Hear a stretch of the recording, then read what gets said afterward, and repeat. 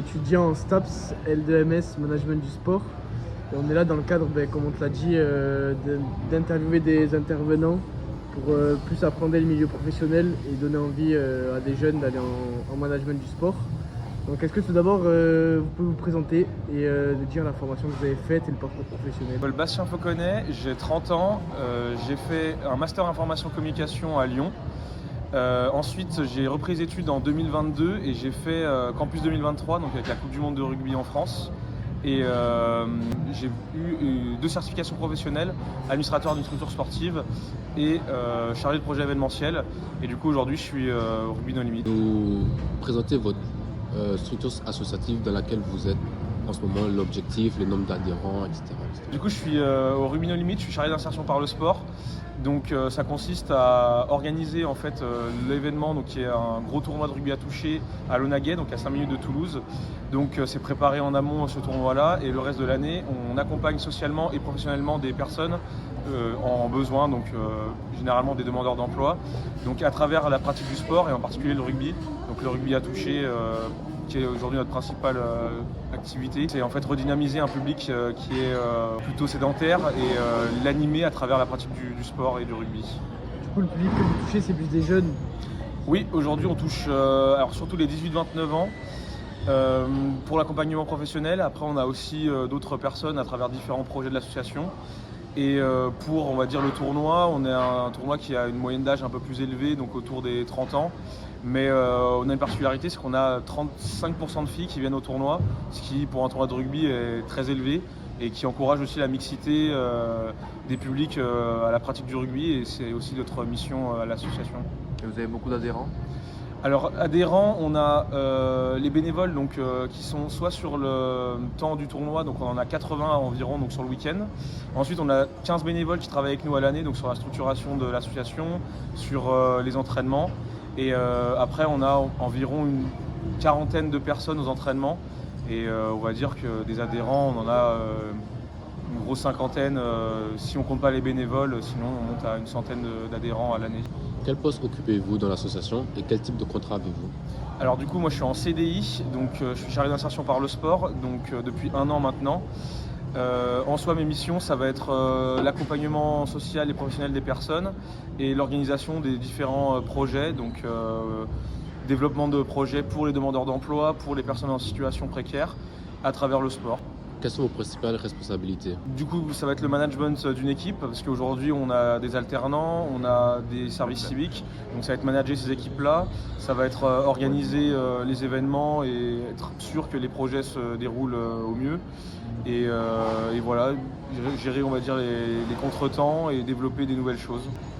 Par rapport à la rémunération de votre métier, ça serait, si vous pouvez nous donner une fourchette pour avoir une petite idée. Alors chargé d'insertion par le sport, en fait, nous on est sur la convention du sport, donc il y a des fourchettes en fait, donc il y a des différents échelons. Aujourd'hui, moi dans ma branche, ça peut aller de 1500 à 1800 euros net par mois, et ça dépend en fait à quel échelon on est. Après, la petite particularité aussi, c'est par rapport aux congés payés. Nous, comme on est dans la convention du sport, quand on pose un vendredi, on pose automatiquement le samedi. Donc en fait, c'est 2 jours qui sont posés, même si on a besoin que du vendredi, parce qu'en fait, on est amené à travailler des fois le week-end. Et par contre, en revanche, tu cotises pour 6 semaines de vacances de congés payés par an, et non pas 5 semaines dans les conventions traditionnelles. Depuis combien de temps vous occupez ce poste? Ça va faire 1 an dans quelques jours, donc ça fait depuis mars 2024 que je suis à l'association. Donc là, je m'y sens très bien et je compte rester encore un petit moment. Est-ce que votre poste a évolué depuis que vous êtes arrivé? Alors un petit peu, on va dire par de fait en fait, parce qu'au début on a des missions, mais en fait les projets comme on les développe au fur et à mesure, on est responsable de nouveaux projets continuellement au cours de l'année. Donc si demain on invente un nouveau projet, on va se dire ça va être soit telle personne qui va s'y coller, et ensuite il faudra être en sorte de faire le sourcing, de développer avec les acteurs et d'être opérationnel sur tous les éléments des projets. Donc les responsabilités peuvent évoluer, mais globalement c'est après la même chose. Quelles sont vos perspectives d'évolution au sein de l'association et en dehors? Perspective d'évolution, il n'y en a pas vraiment, puisque aujourd'hui on a tous le même grade, on va dire, dans l'association. Donc on a le directeur qui chapeaute un peu tout l'assaut, mais ensuite on est des chargés d'insertion par le sport. C'est le seul titre aujourd'hui qu'on a, donc qui est un peu semblable à chargé de projet. Et on n'a pas forcément d'autres, d'évolution, si ce n'est manager plus les équipes, mais ça on le fait déjà un peu officieusement. Donc manager les stagiaires aussi, parce qu'on a souvent des stagiaires, manager les bénévoles sur le temps du tournoi. Donc en fait c'est toutes des petites choses qu'on fait en tant que chargé de projet, donc on n'a pas forcément d'évolution, mais on a beaucoup de responsabilités dans l'association. Est-ce que vous pouvez nous donner une journée type de votre métier? Ça va tourner déjà sur le développement du projet. Début de journée, on va être sûr que si on a un projet le mercredi, il soit opérationnel, que tout soit OK. Donc là, par exemple, c'était le cas cette semaine. On avait un projet où on avait sport, cuisine et insertion. Donc ça va être sûr que tous les participants sont bien là, être sûr que tous les intervenants seront présents aussi, que toute la journée est calée pour tout le monde, que tous les éléments sont bien à disposition pour tous les intervenants. Ça va être ensuite pour moi le développement personnel sur les personnes que j'ai en accompagnement, donc les accompagner, leur dire voilà aujourd'hui où t'en es dans ta recherche d'emploi, donc quelle candidature t'as faite, comment nous on peut t'aider avec le réseau du rugby pour intégrer ça dans un parcours. C'est un peu ce qui fait la beauté de mon job aujourd'hui, c'est qu'on n'a jamais vraiment les mêmes journées, selon les projets, selon les rendez-vous, selon les arrivants aussi, parce qu'il y a des périodes où forcément on a moins de personnes qui viennent à l'association, d'autres périodes où ça bouge plus. Pareil sur la période des tournois de rugby, donc en mai, juin, on a beaucoup de tournois de rugby à toucher, donc ça va être organiser les équipes du rugby no limit pour les représenter, et après pareil sur la durée du tournoi en juillet, les journées sont vraiment focalisées préparation du tournoi, que ce soit de mai jusqu'à mi-juillet, pour on va dire la préparation du tournoi et ensuite après juillet l'après-tournoi, donc avec la communication, le traitement des photos, rangées, etc.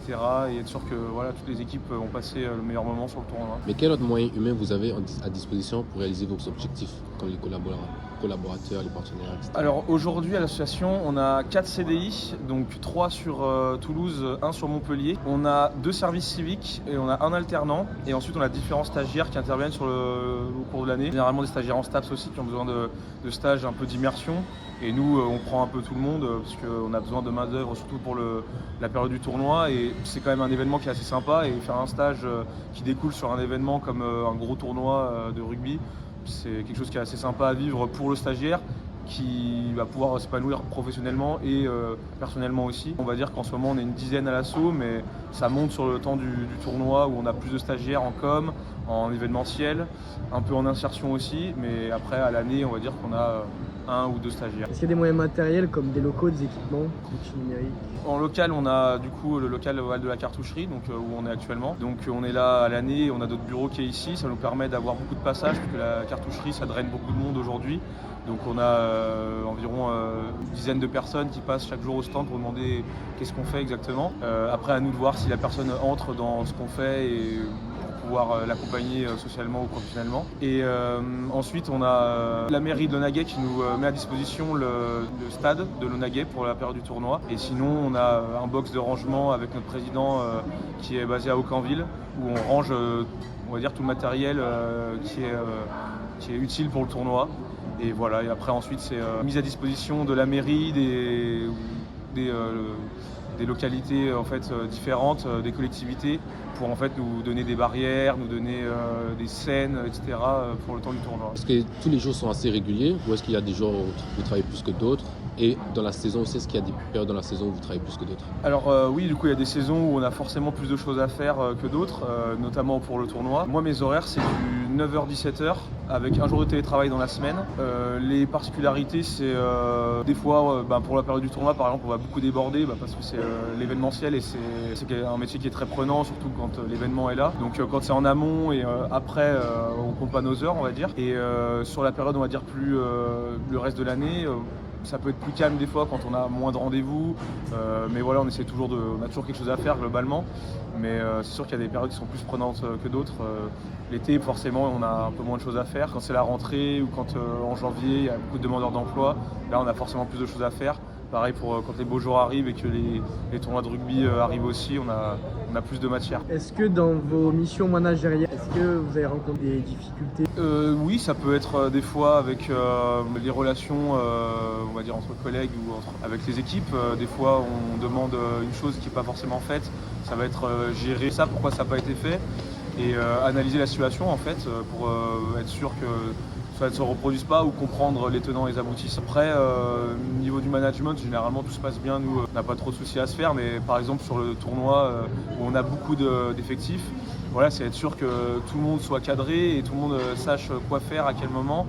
Et comme c'est un tournoi de rugby et que ça part vite dans tous les sens, ça va être des fois de recadrer un petit peu et d'être sûr que tout le monde soit à son poste à l'heure. Au niveau personnel, quel aspect du métier vous apporte le plus de satisfaction?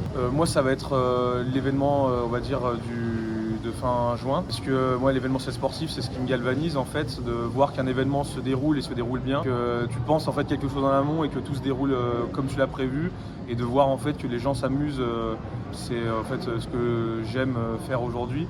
Et moi, c'est ce qui me plaît le plus, l'événementiel sportif, le développement de projets qui aboutissent sur un épanouissement des participants en fait. Les plus contraignants, ça va être justement quand ça se passe mal, quand tu as prévu quelque chose et que ça va pas dans ton sens. Aujourd'hui, par exemple, dans l'événementiel, surtout dans un tournoi, tu es beaucoup dépendant de la météo. Et si demain on a la pluie par exemple au tournoi, ça peut mettre en l'air 6 mois de travail juste à cause de la météo. Donc c'est être dépendant en fait de facteurs dont tu n'as pas forcément la main mise, qui peut être un peu perturbant dans ce métier-là. Si vous avez la possibilité de modifier un aspect du secteur associatif, lequel serait-il? Peut-être avoir plus d'aide, que ce soit des collectivités ou plus de moyens. Des fois, c'est vrai que nous, on est quand même bien lotis parce qu'on a une mise à disposition de matériel et de locaux, mais c'est vrai que d'avoir plus de retours, surtout pour la partie, on va dire, retour à l'emploi. Nous, on accompagne donc les personnes-là et en fait, des fois, on se retrouve à être face à un mur parce qu'on n'arrive pas à avoir d'opportunités d'emploi pour les demandeurs. Et on aimerait avoir plus de réactivité, que ce soit des instances ou des collectivités pour aider les personnes dans le besoin. Est-ce que vous pouvez nous parler de vos premiers pas sur le marché du travail et quels éléments étaient facilitateurs et est-ce qu'il y a eu des blocages? J'ai commencé, je voulais être journaliste sportif, donc j'ai commencé à faire 2-3 expériences en radio à Lyon. Ensuite, j'ai vite compris que ça allait être compliqué parce que le journalisme aujourd'hui, c'est un métier où il y a beaucoup de concurrence. Et donc, je suis parti à l'étranger au Canada où j'ai bossé pendant 1 an. Et à mon retour en France, pareil, j'avais pas forcément d'opportunités dans le domaine qui me plaisait, c'est-à-dire l'événementiel, la communication. Donc c'est pour ça que j'ai repris les études pour avoir en fait un bagage supplémentaire et d'avoir un diplôme en plus et faire du réseau parce qu'aujourd'hui, sans pas se mentir, et le réseau c'est hyper important dans une recherche d'emploi. Et le réseau on le fait en multipliant les actions bénévoles, en travaillant à droite à gauche et en rencontrant des acteurs de l'événementiel. Moi j'ai pu, on va dire, rencontrer des personnes à travers ma reprise de cursus à Toulouse et ça m'a permis aujourd'hui d'être au Rugby No Limit et aujourd'hui de connaître du monde et de permettre à des personnes qui recherchent dans l'événementiel sportif de leur donner justement les conseils ou les contacts pour essayer de faciliter leur insertion. Et donc notamment les jeunes qui sortent de STAPS, d'avoir en fait les bons contacts en sortie d'études pour avoir les moyens pour avoir un emploi plus rapidement. Selon vous, quelles sont les qualités et aussi compétences indispensables pour travailler dans ce secteur? Dans l'événementiel, ça va être d'être réactif, d'être dynamique, d'être à l'écoute aussi et de savoir communiquer. Et pour l'insertion professionnelle, ça va être d'être à l'écoute beaucoup, d'avoir les propositions pour les personnes, donc savoir dans quoi elles recherchent et être force de proposition en fait. Et pareil pour le développement de projet, ça va forcément être d'être ouvert à beaucoup de choses et d'être dynamique et motivé pour tous les aspects de son travail. Est-ce que vous avez des conseils pour un étudiant en management qui souhaiterait travailler dans l'associatif? Aujourd'hui, ça va surtout être de se montrer en fait, de ne pas hésiter à multiplier les expériences dans le management, dans le bénévolat. Donc aujourd'hui il y a beaucoup de choses. Par exemple un événement comme le Rose Festival qui draine beaucoup de bénévoles, juste d'être bénévole à ce moment-là et de voir comment fonctionne le management des équipes, ça te permet d'apprendre en fait sur beaucoup d'aspects qui te serviront ensuite derrière et d'activer aussi un réseau. Et donc aujourd'hui je pense qu'il n'y a pas meilleure expérience que de faire du bénévolat et d'être proactif dans sa recherche plutôt que d'attendre en fait que ça tombe. Généralement c'est rarement ça, donc il faut plutôt justement s'ouvrir et multiplier les expériences pour avoir derrière un retour positif le plus rapide possible. Si un étudiant devait avoir une compétence précise à la sortie de leur licence et master management du sport, quelle serait? Est-ce que ce serait l'organisation dans le travail, même si l'événementiel c'est souvent on va dire un joyeux bordel parce que c'est toujours en train de bouger, mais il faut quand même avoir le sens de l'organisation et de savoir à peu près où tu veux aller. Et aussi être surtout le dynamisme, parce que le dynamisme et la réactivité dans l'événementiel aujourd'hui c'est primordial. Si une situation tu l'imagines linéaire, ce ne sera jamais le cas parce qu'il y aura forcément des embûches et c'est justement à toi d'anticiper et de préparer au mieux. Aujourd'hui je pense que c'est la réactivité, le dynamisme et l'organisation qui sont les qualités essentielles en sortie d'études. Du coup on va finir avec la dernière question. Quelle vision avez-vous des profils STAPS en management du sport? Alors généralement en sortie STAPS il y a beaucoup de compétences acquises puisque vous venez du milieu du sport et donc c'est un milieu que vous connaissez et vous avez eu l'habitude justement d'être immergé dans plusieurs événements. Je pense qu'il n'y a pas vraiment de bon ou mauvais profil, c'est avant tout une expérience personnelle aussi. Et je pense que chaque personne qui sort diplômée de STAPS a les compétences pour chercher un métier. Il faut juste vraiment avoir cette appétence-là du métier, pas avoir peur aussi. Parce qu'aujourd'hui, la recherche d'emploi, c'est pareil, c'est beaucoup de refus, mais il ne faut pas se laisser miner par ces refus-là. Et il faut aller de l'avant et justement continuer d'avoir des expériences dans ce domaine-là, managérial ou événementiel, pour exercer ce qu'on a appris et les mettre vraiment en activité sur on va dire les événements. Et voilà, c'est mettre à profit les compétences pour des associations ou des entreprises. Et voilà, je pense qu'en sortie de STAPS, c'est un des meilleurs cursus pour le faire aujourd'hui.